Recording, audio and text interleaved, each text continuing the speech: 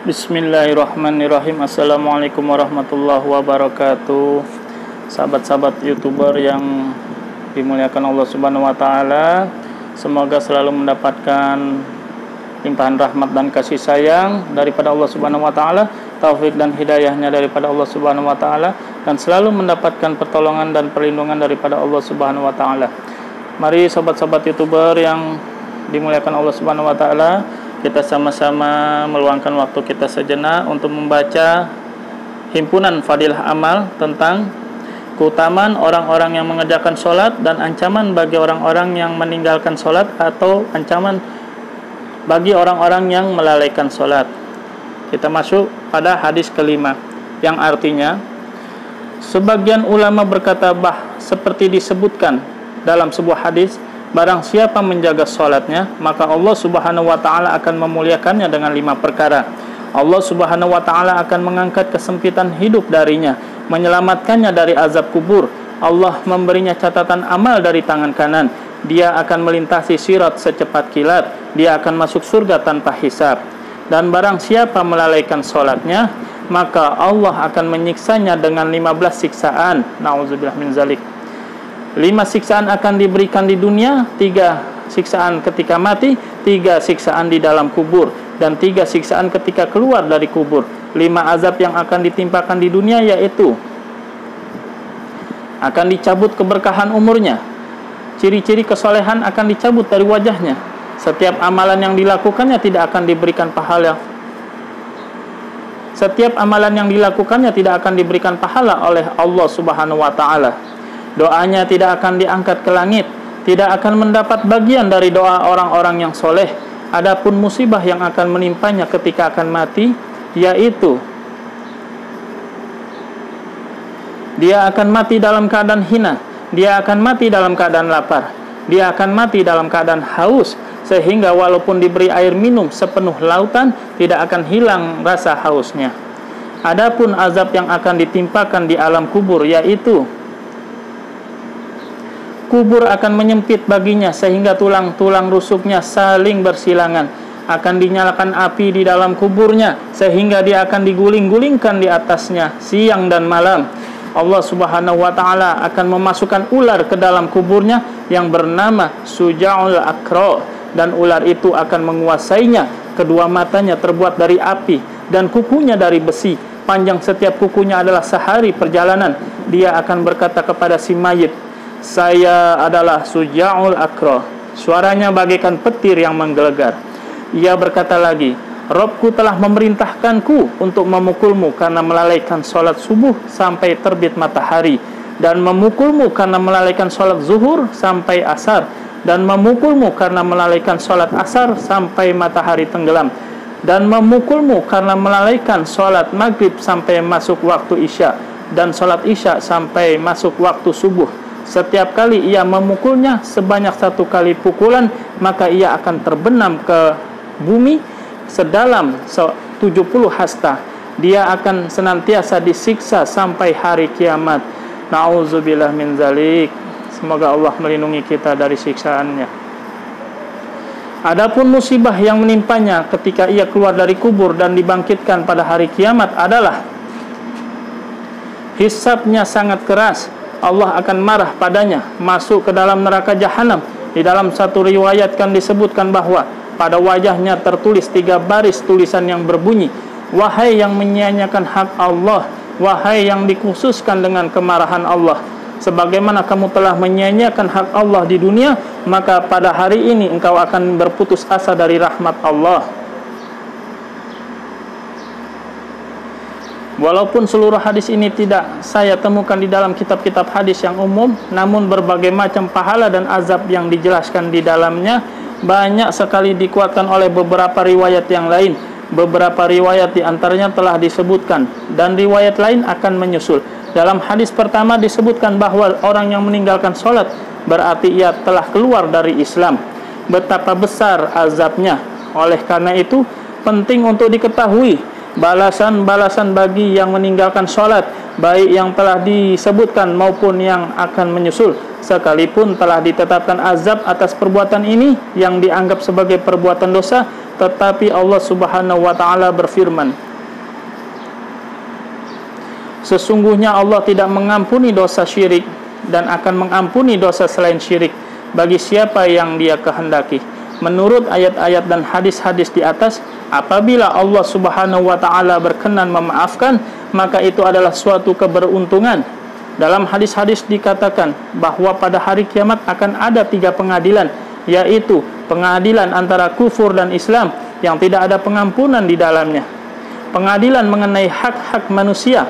Dalam pengadilan ini, orang-orang yang mengambil hak saudaranya di dunia, maka pasti haknya akan diambil oleh saudaranya sebagai pertanggungjawaban, atau dia akan dimaafkan oleh orang yang diambil haknya.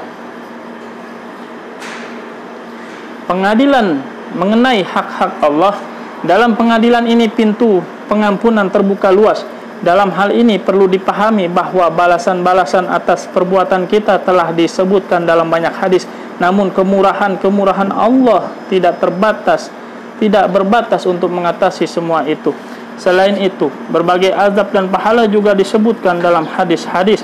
Dalam hadis riwayat Imam Bukhari disebutkan bahwa kebiasaan Rasulullah SAW setelah salat subuh adalah bertanya kepada para sahabatnya, mungkin seseorang di antara mereka ada yang bermimpi dalam tidurnya. Jika ada yang bermimpi, maka ia akan menceritakannya dan beliau akan menerangkan arti mimpinya. Suatu ketika Rasulullah SAW bertanya seperti biasanya. Setelah itu beliau bersabda, aku melihat dalam mimpiku 2 orang datang dan membawaku bersama mereka. Setelah itu Rasulullah SAW menceritakan tentang mimpinya yang panjang, di antaranya surga, neraka, dan berbagai azab yang sedang ditimpakan kepada orang-orang. Di antara mereka ada seseorang yang beliau lihat kepalanya sedang dipukul dengan batu. Begitu kerasnya lemparan batu tersebut sehingga batu itu terpental dan terlempar jauh dari kepala itu. Tak lama kemudian dia pun dibangkitkan kembali dengan kepala yang utuh seperti semula. Kemudian dia dipukul dengan sangat keras untuk kedua kalinya, dan siksaan itu terus-menerus terjadi pada dirinya. Rasulullah SAW bertanya kepada kedua temannya, siapakah orang-orang ini? Mereka menjawab, dia adalah orang yang dahulunya membaca Al-Quran, tetapi kemudian meninggalkannya dan tidur tanpa mengerjakan sholat fardu. Dalam hadis-hadis yang lain terdapat pula kisah-kisah seperti itu. Di antaranya Rasulullah SAW melihat segolongan orang yang disiksa seperti itu, lalu bertanya kepada Jibril, siapakah mereka? Jibril menjawab bahwa mereka adalah orang-orang yang malas mengerjakan sholat. At-Targhib. Mujahid rahmatullah alaih berkata, barang siapa yang memperhatikan waktu-waktu sholat, maka dia akan mendapatkan keberkahan-keberkahan sebagaimana yang dianugerahkan kepada Nabi Ibrahim alaihissalam dan anaknya. Hadis riwayat Durul Mansur. Dari Anas radhiyallahu anhu berkata, barang siapa yang meninggalkan dunia ini dalam keadaan beriman dengan ikhlas, mengerjakan sholat dan membayar zakat, maka dia akan keluar dari dunia ini dalam keadaan Allah ridha kepadanya. Anas radhiyallahu anhu juga meriwayatkan dari Rasulullah SAW bahwa Allah Subhanahu wa taala berfirman, aku ingin sekali menurunkan azab pada suatu tempat, tetapi ketika aku melihat di sana ada orang-orang yang memakmurkan masjid, ada yang saling mencintai satu sama lain karena Allah, dan ada orang yang beristighfar di akhir malam, maka aku tangguhkan azabku. Durul Mansur. Abu Darda radhiyallahu anhu mengirim surat kepada Salman yang di dalamnya tertulis, gunakanlah kebanyakan waktumu di dalam masjid. Saya pernah mendengar Rasulullah SAW bersabda, masjid adalah rumah orang-orang yang bertakwa, dan Allah Subhanahu wa taala telah berjanji, barang siapa yang banyak menggunakan waktunya di dalam masjid, maka aku akan merahmatinya. Aku akan memberikan ketentraman kepadanya.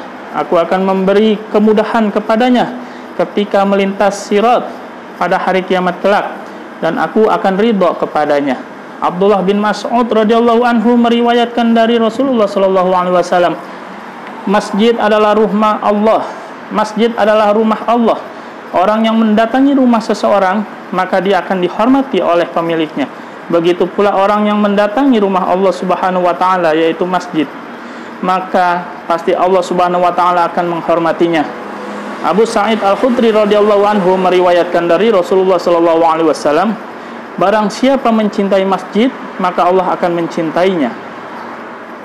Abu Hurairah meriwayatkan dari Rasulullah sallallahu alaihi wasallam, apabila mayat telah dibaringkan di dalam kubur dan orang yang menyertai mayat tadi belum kembali ke rumahnya, maka pada saat itu malaikat datang untuk menanyainya. Apabila orang yang dikubur itu orang yang beriman, maka salatnya akan berada dekat dengan kepalanya, dan zakatnya berada di sebelah kanannya, puasa berada di sebelah kirinya, dan berapa banyak amal baik yang ia kerjakan semuanya berada di samping kakinya dan mengelilingi mayat tadi, sehingga tidak ada seorang pun yang dapat mendekatinya. Malaikat pun akan bertanya kepadanya sambil berdiri jauh dari kepalanya.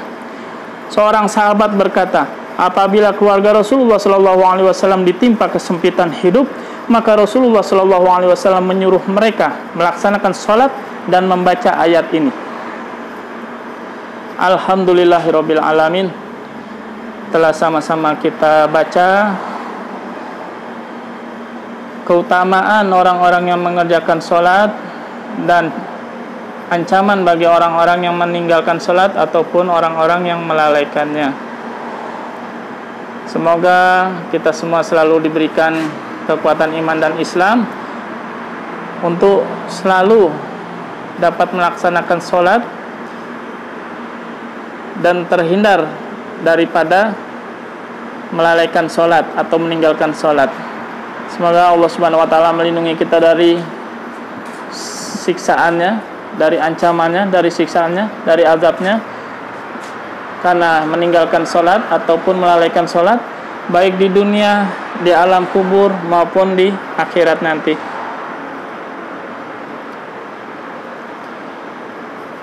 Lebih kurangnya mohon maaf atas segala kesalahan dan kekurangan.